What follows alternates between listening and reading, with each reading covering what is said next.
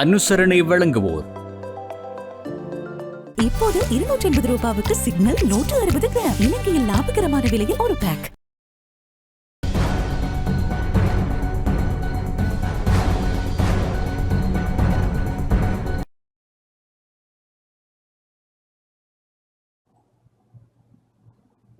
வணக்கம். டான் தமிழொலியின் இரவு நேர பிரதான செய்தி அறிக்கையோடு இணைந்திருக்கும் நான் ஜெகநாதன் சஜித். முதலில் தலைப்புச் செய்திகள்.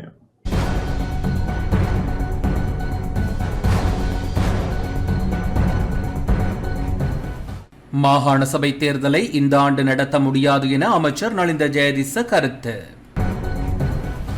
கையூட்டல் குற்றச்சாட்டில் கைதான முன்னாள் ராஜாங்க அமைச்சர் வியாழேந்திரனின் விளக்கமறியல் நீடிப்பு.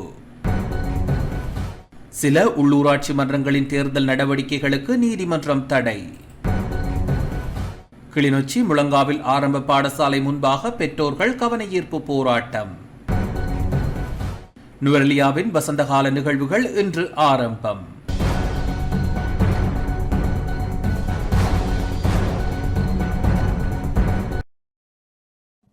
தொடர்வது முதன்மை செய்தி.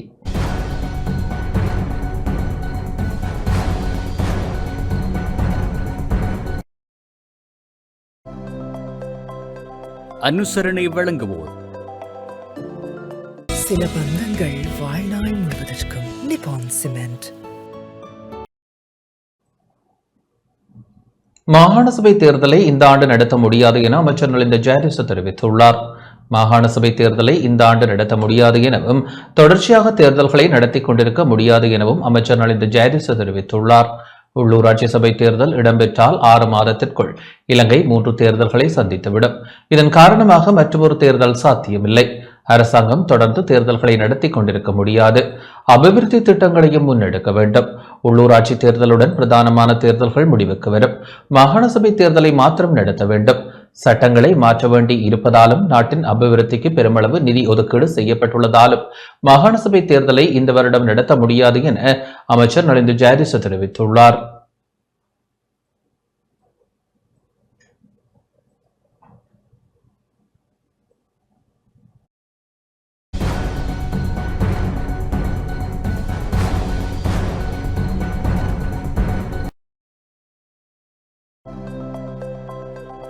அனுசரணை வழங்கியோர்.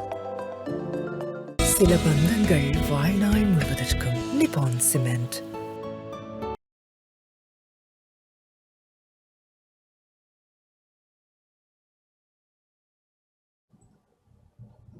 கையூட்டல் குற்றச்சாட்டில் கைதான முன்னாள் ராஜாங்க அமைச்சர் வியாழேந்திரனின் விளக்கமறியல் நீடிக்கப்பட்டுள்ளது.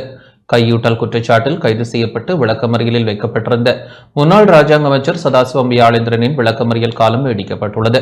இந்த வழக்கு இன்று கொழும்பு நீதவான் நீதிமன்றில் விசாரணைக்கு எடுத்துக் கொள்ளப்பட்டது. இதன்போது அவரை எதிர்வரும் 8ஆம் தேதி வரை விளக்கமறியலில் வைக்குமாறு கொழும்பு நீதவான் நீதிமன்றம் உத்தரவிட்டுள்ளது.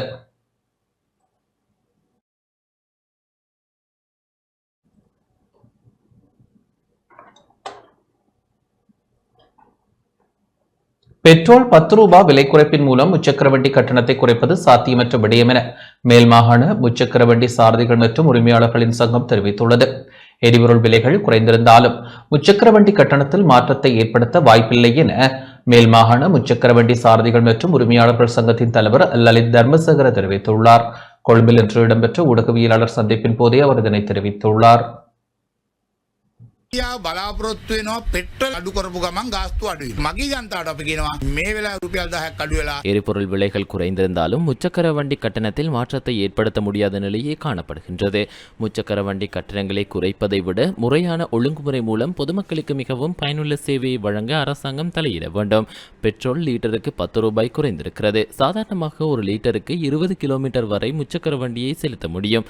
அப்படியென்றால் 5% கூட நாம் வைத்துக் கொள்ளாமல் 10 ரூபாவை கொடுத்து கிலோமீட்டருக்கு 50% குறைக்க முடியும். ஆனால் இது நடைமுறையில் சாத்தியமில்லை.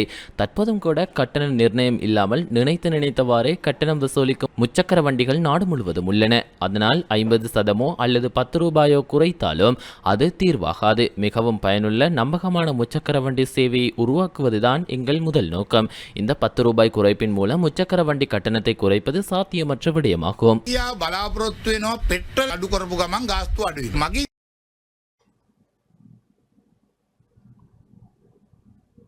டீசலை நிவாரண விலையில் வழங்க அரசாங்கம் நடவடிக்கை எடுக்க வேண்டும் என அகில இலங்கை அனைத்து மாகாண பாடசாலை மாணவர் போக்குவரத்து சேவை சங்கத்தின் தலைவர் ருவன் பிரசாத் தெரிவித்துள்ளார்.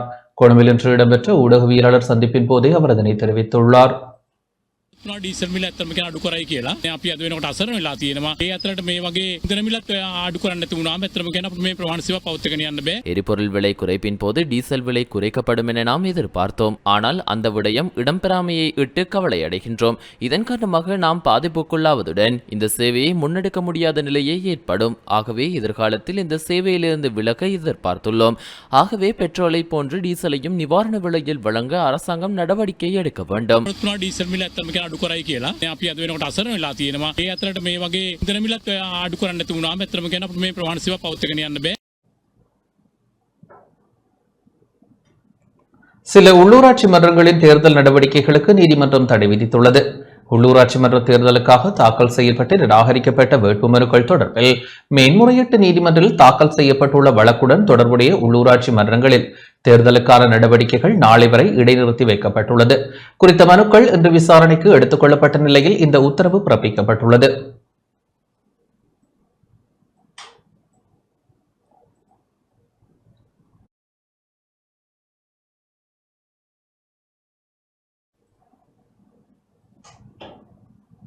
யாழ்ப்பாணம் நெடுந்தீவு பிரதேச சபைக்கான தேர்தல் பிரசாரத்தை இலங்கை தமிழரசு கட்சி இன்று ஆரம்பித்துள்ளது. யாழ்ப்பாணம் நெடுந்தீவு பிரதேச சபைக்கான தேர்தல் பிரசாரத்தை இலங்கை தமிழரசு கட்சி இன்று நெடுந்தீவு ஐயனார் ஆலயத்தில் ஆரம்பித்துள்ளது. ஐயனார் ஆலயத்தில் இடம்பெற்ற சமய வழிபாடுகளை தொடர்ந்து நெடுந்தீவு J1 கிராம சேவையாளர் பிரிவில் முதலாம் வட்டாரத்தில் பிரசாரம் இடம்பெற்றது. இதில் நாடாளுமன்ற உறுப்பினர் சிவஞானம் ஸ்ரீதரன், தேர்தலில் போட்டியிடும் வேட்பாளர்கள், கட்சியின் ஆதரவாளர்கள், மக்கள் பங்கேற்றனர்.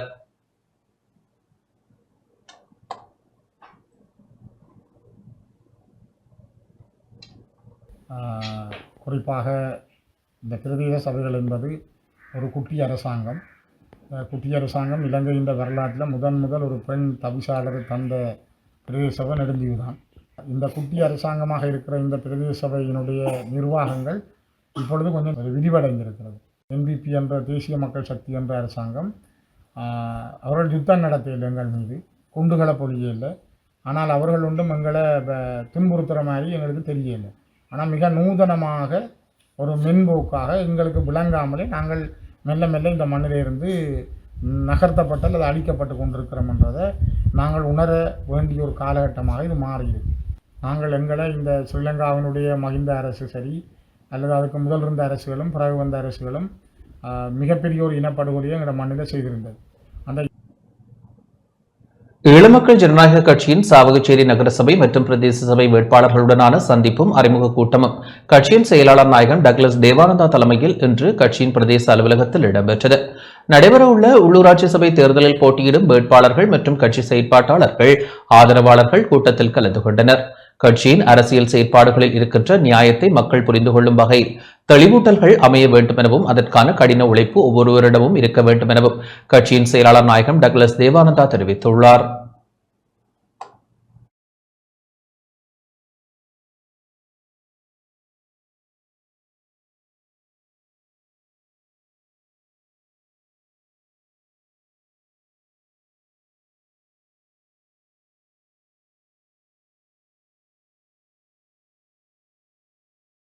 மட்டக்களப்பு வெள்ளாவளி போலீஸ் பிரிவில் உள்ளூராட்சி மன்ற தேர்தலில் போட்டியிடும் வேட்பாளரின் வீட்டின் மீது பெட்ரோல் கொண்டு தாக்குதல் நடாத்தப்பட்டுள்ளது. மட்டக்களப்பு வெள்ளாவளி போலீஸ் பிரிவிற்குட்பட்ட திக்கோடை பகுதியில் உள்ளூராட்சி மன்ற தேர்தலில் போட்டியிடும் வேட்பாளர் ஒருவரின் வீட்டின் மீது பெட்ரோல் கொண்டு தாக்குதல் நடத்தப்பட்டுள்ளது. நேற்றிரவு இத்தாக்குதல் நடாத்தப்பட்டுள்ளதாக வெள்ளாவளி போலீஸ் நிலையத்தில் முறைப்பாடு அளிக்கப்பட்டுள்ளது. சம்பவத்தில் வீட்டின் கூரையின் ஒரு பகுதி தீக்கிரையாகியுள்ளது. போலீசார் மேலதிக விசாரணைகளை மேற்கொண்டு வருகின்றனர்.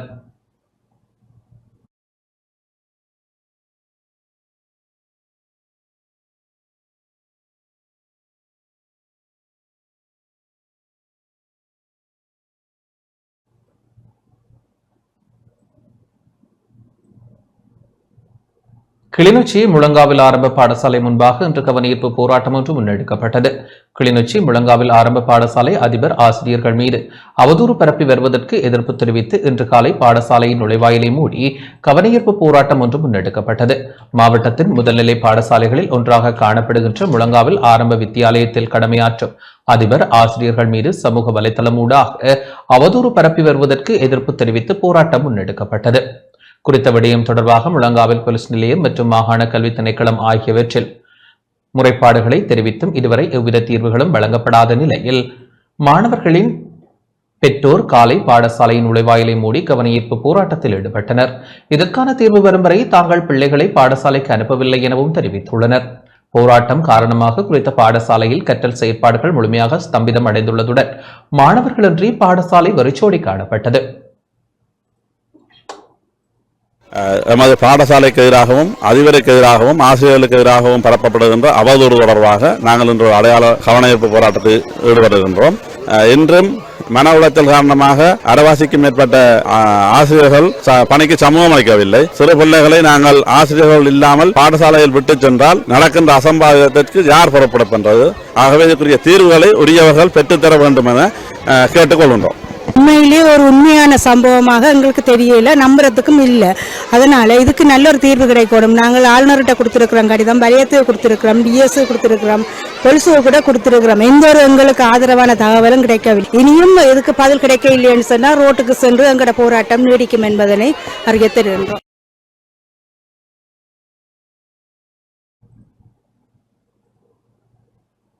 நுவரெலியாவின் வசந்தகால நிகழ்வுகள் இன்று ஆரம்பித்து வைக்கப்பட்டுள்ளன. 2025 ஆண்டுக்கான நுவரெலியாவின் வசந்தகால நிகழ்வுகள் நுவரெலியா பதுளை பிரதான வீதியில் நுவரெலியா மத்திய சந்தைக்கு முன்பாக இன்று ஆரம்பித்து வைக்கப்பட்டுள்ளது. இன்று ஆரம்பமான நிகழ்வுகள் எதிர்வரும் 30ஆம் தேதி வரை தொடர்ச்சியாக இடம்பெற உள்ளன. நுவரெலியா மாநகர சபை ஆணையாளர் எஜெம் பண்டார தலைமையில் வசந்தகால ஏற்பாட்டுக் குழுவின் கலை கலாசார நிகழ்வுகளுடன் நிகழ்வு ஆரம்பமானது. பிரதம விருந்தினராக மத்திய மாகாண பிரதம செயலாளர் ஜிஎச்எம் அஜித் பிரேமசிங்க பங்கேற்றதுடன் நுவரெலியா மாவட்ட செயலாளர், நுவரெலியா பிரதேச சபை செயலாளர், ராணுவ அதிகாரி, போலீஸ் அதிகாரி, கடற்படை அதிகாரி, விமானப்படை அதிகாரிகள் என பலர் பங்கேற்றனர்.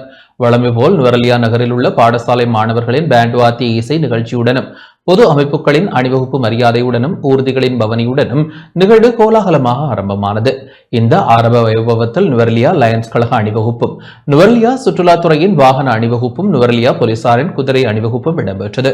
வருடந்தோறும் இடம்பெறும் வசந்தகால கொண்டாட்டத்தில் எதிர்வரும் நாட்களில் மலர் கண்காட்சி, படகோட்டம், கார்பந்தய ஓட்டப் போட்டி, குதிரை பந்தயம், கிரிக்கெட் சுற்றுப் போட்டி, உதைபந்தாட்ட சுற்றுப் போட்டி, கிரெகரி வாவியல் நீர் விளையாட்டு, சர்ட்டில் மோட்டார் ஓட்டம், மோட்டார் சைக்கிள் தடை தாண்டல் போட்டி மற்றும் நாள்தோறும் இசை நிகழ்ச்சிகள் என களியாட்டு நிகழ்வுகளும் ஏற்பாடு செய்யப்பட்டுள்ளன.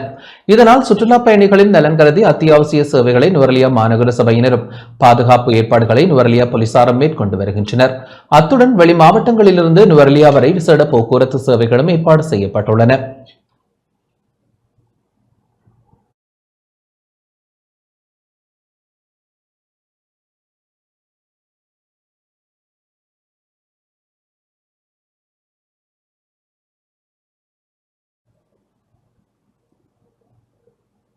நிலநடுக்க நிவாரணப் பணிகளில் பங்கேற்க மருத்துவ குழு விரைவில் மியன்மாருக்கு புறப்படும் என சுகாதார அமைச்சர் நலிந்த ஜாயதிச தெரிவித்துள்ளார். மியன்மாரில் ஏற்பட்ட சக்தி வாய்ந்த நிலநடுக்கத்தால் பாதிக்கப்பட்ட மக்களை மீட்கவும் நிவாரணப் பணிகளை விரைவுபடுத்தவும் மியன்மார் அரசுக்கு பிராந்திய அளவில் மனிதாபிமான உதவிகள் தேவைப்படுகின்றன. இலங்கைக்கும் மியன்மாருக்கும் இடையிலான நெருங்கிய உறவை கருத்தில் கொண்டு பாதிக்கப்பட்ட மக்களுக்கு தேவையான மனிதாபிமான உதவிகளையும் அவசரகால மீட்புக் குழுக்களையும் வழங்குவதில் அரசாங்கம் கவனம் செலுத்தியுள்ளது. அதன்படி பாதிக்கப்பட்ட மக்களுக்கு தேவையான மனிதாபிமான உதவிகளையும் தேடுதல் மற்றும் மீட்புக் குழுக்களையும் வழங்குவது தொடர்பான ஆரம்பகட்ட பேச்சுவார்த்தை நேற்று அனர்த்த முகாமைத்துவ நிலையத்தின் பணிப்பாளர் தலைமையில் அனர்த்த முகாமைத்துவ நிலைய கேட்போர் கூடத்தில் இடம்பெற்றது. இந்த நிகழ்வில் பாதுகாப்பு அமைச்சின் அதிகாரிகள், வெளிநாட்டு அமைச்சின் அதிகாரிகள், சுகாதார அமைச்சின் அதிகாரிகள், இலங்கை ராணுவம், கடற்படை, விமானப்படை, போலீஸ் அதிகாரிகள் என அரசு நிறுவனங்களின் பிரதிநிதிகள், ஐக்கிய நாடுகள் சபையின் பிரதிநிதிகள் மற்றும் உள்நாட்டு, சர்வதேச, அரசு சார்பற்ற நிறுவனங்களின் பிரதிநிதிகள் உட்பட பலர் கலந்து கொண்டனர். பாதிக்கப்பட்ட பகுதிகளில் உள்ள மக்களின் தேவைகளை கருத்தில் கொண்டு உடனடி மனிதாபிமான உதவிகளை வழங்குவதற்கான ஒருங்கிணைப்பு பொறிமுறையை உருவாக்குவது மற்றும் விரைவாக அவசரகால மீட்புக் குழுக்களை மியன்மாருக்கு அனுப்புவது தொடர்பான நடவடிக்கைகளை மேற்கொள்வது குறித்தும் இந்த கலந்துரையாடலில் தீர்மானிக்கப்பட்டது.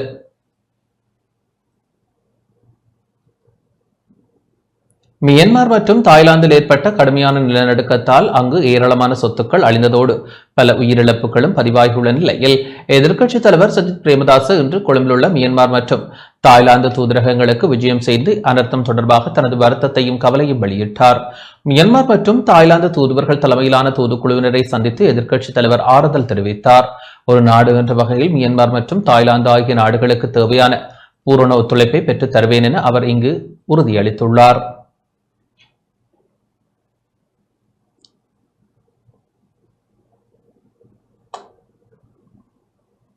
மியன்மார் மற்றும் தாய்லாந்தில் ஏற்பட்ட இயற்கை அனர்த்தத்தினால் பாதிக்கப்பட்டவர்களுக்கு உதவ அரசாங்கம் முன்வர வேண்டும் என ஐக்கிய மக்கள் சக்தியின் தேசிய அமைப்பாளர் திசா அத்தநாயக்க வேண்டுகோள் விடுத்துள்ளார். ஐக்கிய மக்கள் சக்தியின் தலைமையகத்தில் இன்று இடம்பெற்ற ஊடகவியலாளர் சந்திப்பின் போதே அவர் இந்த வேண்டுகோளை முன்வைத்தார். அண்மையில் மியன்மார் மற்றும் தாய்லாந்தில் ஏற்பட்ட இயற்கை அனர்த்தத்தின் காரணமாக ஏராளமானோர் உயிரிழந்துள்ளதோடு சொத்துக்களுக்கும் சேதம் ஏற்பட்டுள்ளது. அந்த விடயத்திற்கு நாம் நாடு என்ற வகையில் எமது ஆழ்ந்த அனுதாபங்களை தெரிவித்துக் கொள்ள விரும்புகின்றோம். மியன்மார் எமது அயல் நாடு மற்றும் பௌத்த நாடு என்ற வகையில் ஏற்பட்ட சேதம் மற்றும் உயிரிழந்தவர்களின் எண்ணிக்கை இன்னும் சரியாக குறிப்பிடப்படாவிட்டாலும் பாரிய இழப்பு ஏற்பட்டிருப்பதாகவும் ஏராளமானோர் உயிரிழந்திருப்பதாகவும் எங்களால் காணக்கூடியதாக உள்ளது. எவ்வாறாயினும் முதலாவது விடயம் எமது அயல் நாடான அந்த மக்களுக்கு உதவி செய்ய முடியுமானால் அதை நாம் செய்ய வேண்டும். மேலும் இது தொடர்பில் பல அறிவித்தல்கள் அரசாங்கம் வெளியிட்டிருந்தது. அதேபோன்று பல அயல் நாடுகள் இவ்வாறான நெருக்கடியான சூழ்நிலையில் பாரிய அளவில் எமக்கு உதவி செய்திருக்கிறது. எமது நாட்டில் சுனாமி ஏற்பட்ட போதும் மியன்மார் உட்பட பல நாடுகள் எவ்வாறான உதவிகளை செய்தது என்று, அதனால் மியன்மார் மற்றும் தாய்லாந்தில் ஏற்பட்ட இயற்கை அனர்த்தத்தின் காரணமாக பலர் நெருக்கடிக்கு உள்ளாகியுள்ளனர். அதனால் அவர்களுக்கு உதவி செய்யும் வகையில் நாடு என்ற வகையில் நாங்கள் முன்வர வேண்டும் என்று நாம் அரசாங்கத்திடம் வேண்டுகோள் விடுக்கிறோம். ඒ අයට පිහිටවීම සඳහා රටක් හැටියට අපි වහා ඉදිරිපත් විය යුතුයි කියන ස්ථාවරය අපි දරනවා. ඒ වගේම ඔවුන්ට සපයා දිය යුතු වෛද්‍ය පහසුකම්, ඒ වගේම ආහාර පාන, බෙහෙත් හේත් මේ සියල්ල සඳහා උදව් වෙන්න අපේ සහන කණ්ඩායම් මියන්මාරයට යොමු කළ යුතුයි කියන කාරණය පිළිබඳව අපි රජයට මතක් කරන්න කැමැතියි. ஜனாதிபதி தமது கட்சிக்கு சாதகமாக செயற்படுகின்றார் என முன்னாள் நாடாளுமன்ற உறுப்பினர் சஞ்சீவ எதிரிமான தெரிவித்துள்ளார். ஜனாதிபதி அனுரகுமார திசாநாயக்க தேர்தல் மேடைகளில் கட்சி சார்பாக செயற்பட்டு வருவதாக முன்னாள் நாடாளுமன்ற உறுப்பினர் சஞ்சீவ எதிரிமான தெரிவித்துள்ளார். கொழும்பில் இன்று இடம்பெற்ற ஊடகவியலாளர் சந்திப்பின் போதே அவர் இதனை தெரிவித்துள்ளார். NPP நாயකයාගේ ඩියුටිය තමයි ඔහු අද මේ මොහොතේ කරමින් ඉන්නේ. தேசிய மக்கள் சக்தி அரசாங்கம் புதிய அரசியல் கலாச்சாரத்தை உருவாக்குவதாக குறிப்பிட்டது. ஆனால் அத்தகைய விடயம் இடம்பெற்றதாக தெரியவில்லை. தேர்தல் மேடைகளில் ஜனாதிபதி அனுரகுமார திசாநாயக்க தேசிய மக்கள் சக்தியின் தலைவராக தேர்தல் பிரச்சார நடவடிக்கைகளில் ஈடுபடுகின்றார். அதனை ஏற்றுக்கொள்ள முடியாது. நாட்டின் ஜனாதிபதி அவ்வாறு செயற்படுவது பொருத்தமற்ற விடயமாகும். முன்னாள் ஜனாதிபதி கோட்டாபய ராஜபக்ஷ ஜனாதிபதியாக இருந்த தருணத்தில் பொது தேர்தல் மேடைகளில் அவர் இவ்வாறு செயற்படவில்லை. அதேபோன்று முன்னாள் ஜனாதிபதி மைத்ரிபால சிறிசேனவும் கூட அவ்வாறு செயற்படவில்லை. அவர்கள் ஊடாகவேனும் தற்போதைய ஜனாதிபதி பாடத்தை கற்றுக்கொள்ளவில்லை. அதேபோன்று மியன்மார் மக்கள் இயற்கை அனர்த்தத்தினால் பாதிக்கப்பட்டுள்ளனர். இந்நிலையில் அயல் நாடு மற்றும் கலாச்சார ரீதியான நட்பு நாடு என்ற வகையில் அந்த நாட்டிற்கு இராணுவ உதவியை அரசாங்கம் வழங்க வேண்டியது அவசியமாகும். ஆனால் அத்தகைய விடயம் இடம்பெற்றதாக தெரியவில்லை. அயல் நாடுகளுக்கு இடையில் நட்புறவை பேணும் விடயத்தில் அரசாங்கத்தின் இயலாமையே வெளிப்படுகின்றது. NPP நாயකයාගේ ඩියුටිය තමයි ඔහු අද මේ මොහොතේ කරමින් ඉන්නේ.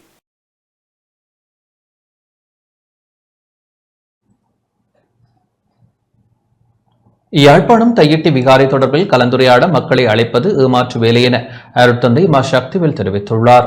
யாழ்ப்பாணம் தையிட்டி சட்டவிரோத விகாரையால் பாதிக்கப்பட்ட மக்களை கலந்துரையாடலுக்கு என்று அழைப்பது தமிழர்களை மீண்டும் ஒருமுறை ஏமாற்றுவதற்கே என சமூக நீதிக்கான செயற்பாட்டாளரும் அரசியல் கைதிகளை விடுதலை செய்வதற்கான தேசிய அமைப்பின் இணைப்பாளருமான அருட்தந்தை மா சக்திவேல் தெரிவித்துள்ளார். இன்று ஊடகங்களுக்கு அனுப்பி வைத்த அறிக்கையில் இவ்வாறு குறிப்பிட்டுள்ளார். நீதியமைச்சர் வழிகாட்டலின் கீழ் யாழ்ப்பாணம் நாகவிகாரையில் சமய தலைவர்கள், நீதியமைச்சர் ஆகியோரின் பங்கேற்புடன் தையிட்டி விகாரை காரணமாக பாதிக்கப்பட்ட மக்களுடனான கலந்துரையாடல் ஒன்று நாளை மறுதினம் இடம்பெற உள்ளது. தையிட்டி சார்பாகவும் அடிப்படை பிரச்சனைகள் தொடர்பாகவும் நீதியான நேர்மையான தீர்வு எதுவுமின்றி மீண்டும் மீண்டும் தமிழர்களை ஏமாற்றி அரசியல் செய்ய நினைப்பவர்களை ஜனநாயக ரீதியில் அடிமட்டத்தில் அகற்றுவதற்கான சந்தர்ப்பமாக உள்ளூராட்சி தேர்தலை அணுகுவோம்.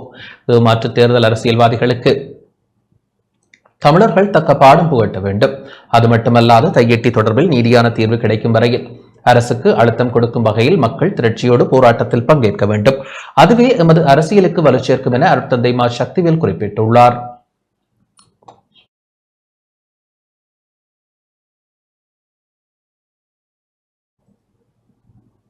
மேல்கொத்மலை நீர்த்தேக்கத்திலிருந்து யுவதியின் சடலம் மீட்கப்பட்டுள்ளது. தலவாக்கலை மேல்கொத்மலை நீர்த்தேக்கத்திலிருந்து இன்று யுவதியொருவரின் சடலம் மீட்கப்பட்டுள்ளதாக போலீசார் தெரிவித்துள்ளனர். பொதுமக்கள் வழங்கிய தகவலின் அடிப்படையில் யுவதியின் சடலம் போலீசார் மற்றும் பொதுமக்களின் உதவியுடன் கரைக்கு கொண்டுவரப்பட்டது. டேகம வோட்மோர் பகுதியைச் சேர்ந்த 22 வயதான யுவதியே சடலமாக மீட்கப்பட்டுள்ளார். சடலமாக மீட்கப்பட்ட யுவதி கடந்த ஞாயிற்றுக்கிழமை முதல் காணாமல் போயிருந்ததாக அவரது குடும்பத்தினர் டேகம் போலீஸ் நிலையத்தில் முறைப்பாடு அளித்துள்ளதாக தெரிவித்த தலவாக்கலை போலீசார் மேலதிக விசாரணைகளை மேற்கொண்டு வருகின்றனர்.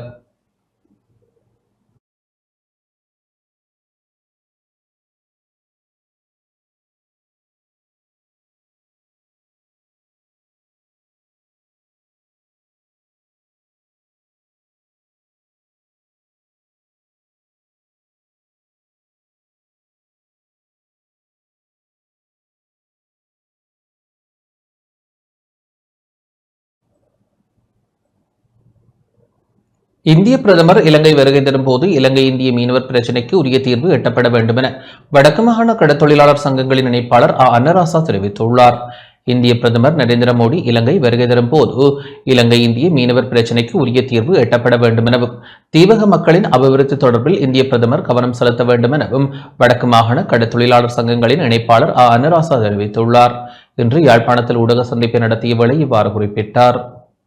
இந்தியாவினுடைய பாரத பிரதமர் நரேந்திர மோடி ஐயா அவர்கள் இலங்கைக்கு வருவதையிட்டு வடக்கு கடற்றொழில் சமூகம் மகிழ்ச்சியும் நாங்கள் அடைகின்றோம். அதே போன்று நீண்ட காலமாக புரையோடி போயிருக்கின்ற இலங்கை இந்திய மீனவர்களுடைய பிரச்சினைக்கு நிரந்தர தீர்வை எட்டுவதற்கு பாரத பிரதமர் அவர்களும் இலங்கையினுடைய ஜனாதிபதி அவர்களும் விட்டு கொடுப்போடு நல்லெண்ண அடிப்படையிலே சுமூகமான தீர்வு ஒன்றை மேற்கொண்டு இலங்கை இந்திய மீனவர் பிரச்சினைக்கு நிரந்தர தீர்வை எட்டுவதற்கு வழிகோலும் என்ற நம்பிக்கையும் எதிர்பார்ப்பும் கடற்றொழில் சமூகத்திற்கு தென்படுவதோடு அதை எதிர்பார்த்து காத்திருக்கின்ற என்ற ஒரு செய்தியும், அதே போன்று இலங்கை இந்திய மீனவர்களுக்கு இடையிலே ஒரு சுமூகமான நல்லெண்ண அடிப்படையிலான ஒரு கலந்துரையாடல் நடைபெற்றிருக்கின்றது. இரண்டு நாட்டு மீனவர்களும் இந்த பிரச்சினையை சுமூகமாக தீர்ப்பதற்கு தயாராக இருக்கின்ற செய்தியை இலங்கை அரசாங்கத்திற்கும் இந்திய அரசாங்கத்திற்கும் நாங்கள் தெரிவித்திருக்கின்றோம். தமிழ்நாட்டு வடக்கு தமிழர்களோடு ஒரு சுமூகமான ஒற்றுமையான நிலைமையை உருவாக்கி தொப்புள் கொடியோடு வாழ்வதற்கு பாரத பிரதமர் அவர்கள் வழிகோல வேண்டும் என்று நாங்கள் கடற்றொழில் சமூகம் சார்பாக இந்த கோரிக்கையை பாரத பிரதமரிடம் வைக்கின்றோம்.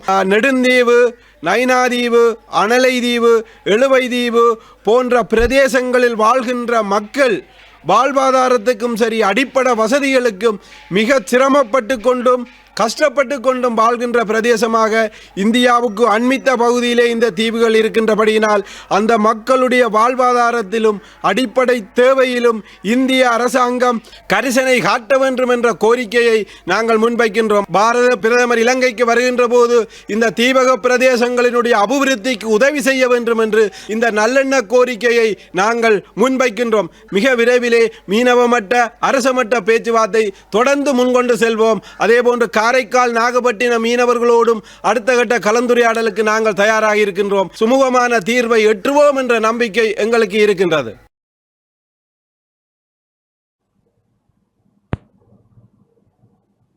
உள்ளூராட்சி சபை தேர்தல் தொடர்பில் கடந்த 20ஆம் தேதி முதல் நேற்று வரை 364 முறைப்பாடுகள் பதிவு செய்யப்பட்டுள்ளன. எதிர்வரும் மே மாதம் 6ஆம் தேதி இடம்பெறவுள்ள உள்ளூராட்சி சபை தேர்தல் தொடர்பில் கடந்த மார்ச் மாதம் 20ஆம் தேதி முதல் நேற்று வரை 364 முறைப்பாடுகள் கிடைத்துள்ளதாக தேர்தல் ஆணைக்குழு தெரிவித்துள்ளது. வன்முறை சம்பவங்கள் தொடர்பில் 2 முறைப்பாடுகளும், தேர்தல் சட்டங்களை மீறியமை தொடர்பில் 335 முறைப்பாடுகளும், ஏனைய விடயங்கள் தொடர்பில் 27 முறைப்பாடுகளும் பதிவு செய்யப்பட்டுள்ளதாக தேர்தல் ஆணைக்குழு குறிப்பிட்டுள்ளது.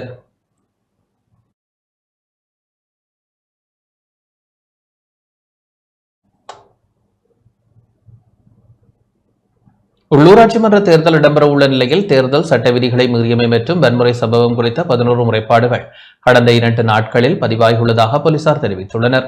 போலீஸ் தலைமையகத்தினால் இன்று வெளியிடப்பட்ட ஊடக அறிக்கையில் இந்த விடயம் தெரிவிக்கப்பட்டுள்ளது. அந்த வகையில் சிலாபம் பகுதியில் 2 தாக்குதல் சம்பவங்கள் குறித்த முறைப்பாடுகள் பதிவாகியுள்ளதுடன் சீதாவாக்கபுர, களனி, களுத்துறை உள்ளிட்ட போலீஸ் பிரிவுகளில் தேர்தல் சட்ட விதிமுறைகளை மீறியமை குறித்த முறைப்பாடுகள் பதிவாகியுள்ளன.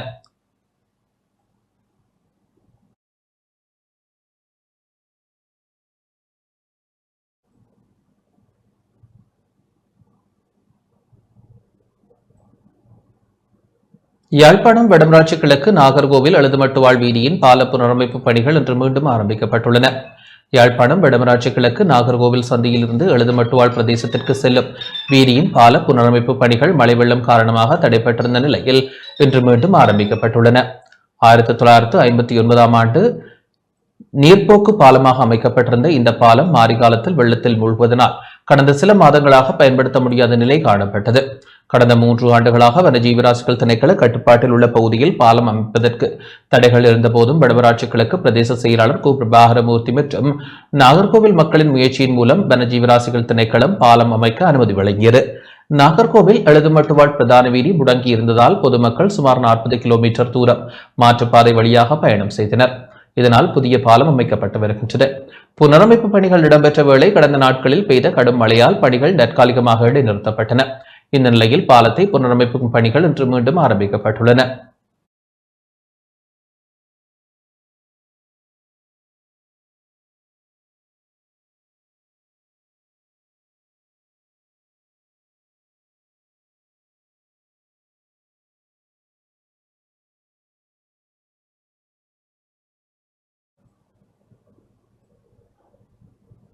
சாதாரண தர பரீட்சை விடைத்தாள் திருத்தும் பணிகள் இன்று ஆரம்பமானது.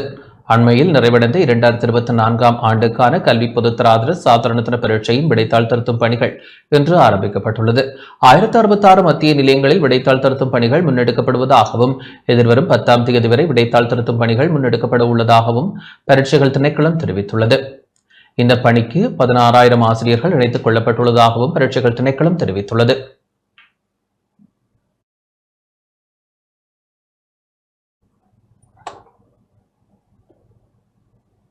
உலக நாடக தின விழா யாழ்ப்பாணம் சண்டிலிப்பாய் கலாசார மத்திய நிலையத்தில் இடம்பெற்றது. உலக நாடக தினத்தை முன்னிட்டு நாடக ஆளுமை குழந்தை மா சண்முகலிங்கம் நினைவாக யாழ்ப்பாணம் சண்டிலிப்பாய் கலாசார மத்திய நிலையத்தினால் உலக நாடக தின விழா நடாத்தப்பட்டுள்ளது.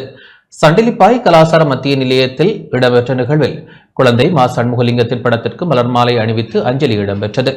தொடர்ந்து நினைவுரையை யாழ்ப்பாண பல்கலைக்கழக விரிவுரையாளர் க ரதிகரன் நிகழ்த்தினார். நாடக அரங்க கல்லூரியின் தான் விரும்பா தியாகி சண்டிலிப்பாய் கலாசார மத்திய நிலைய மாணவர்களின் கற்று உணர்வோம் கூத்தாட்டு அவைக்கழகத்தின் பட்டறிவு டவர் நாடக அரங்க கற்கைநெறி 1ஆம் வருட மாணவர்களின் வசந்தன் கூத்து சமூகம் ஆற்றுகை குழுவின் எங்கே எங்கே குடையெங்கே வடலியடைப்பு கலைவாணி கலைமன்றத்தின் வார்த்தைகளற்ற நடன நாடகம் சன் நாடக குழுவின் முட்டை ஆகிய யாழ்ப்பாணம் மாவட்டத்தின் பல்வேறுபட்ட அரங்க ஆளுமைகளின் 7 நாடகங்கள் அரங்கேற்றப்பட்டன. சண்டிலிப்பாய் கலாசார உத்தியோகத்தர் யாழினி யோகேஸ்வரர், யாழ்ப்பாண பல்கலைக்கழக மாணவர்கள், விரிவுரையாளர்கள், நாடக ஆசிரியர்கள், மக்கள் என பலர் பங்கேற்றனர்.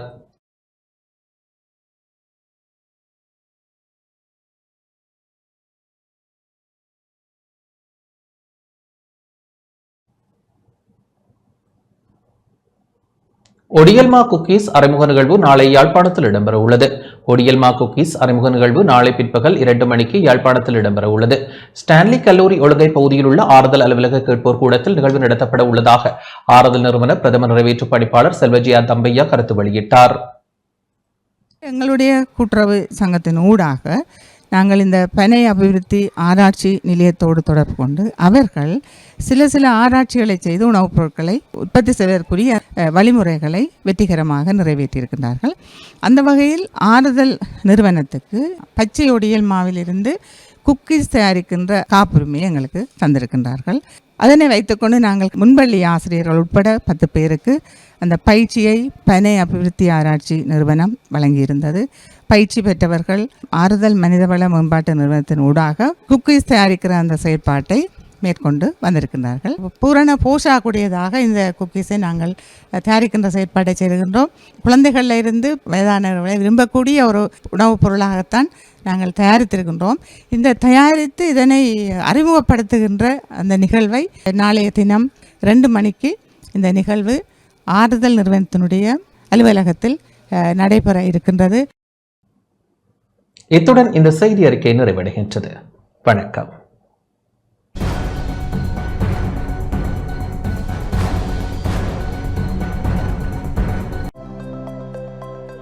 அனுசரணை வழங்கியோர் இப்போது 280 ரூபாவுக்கு சிக்னல் 160 கிராம். இலங்கையில் லாபகரமான விலையில் ஒரு பேக்.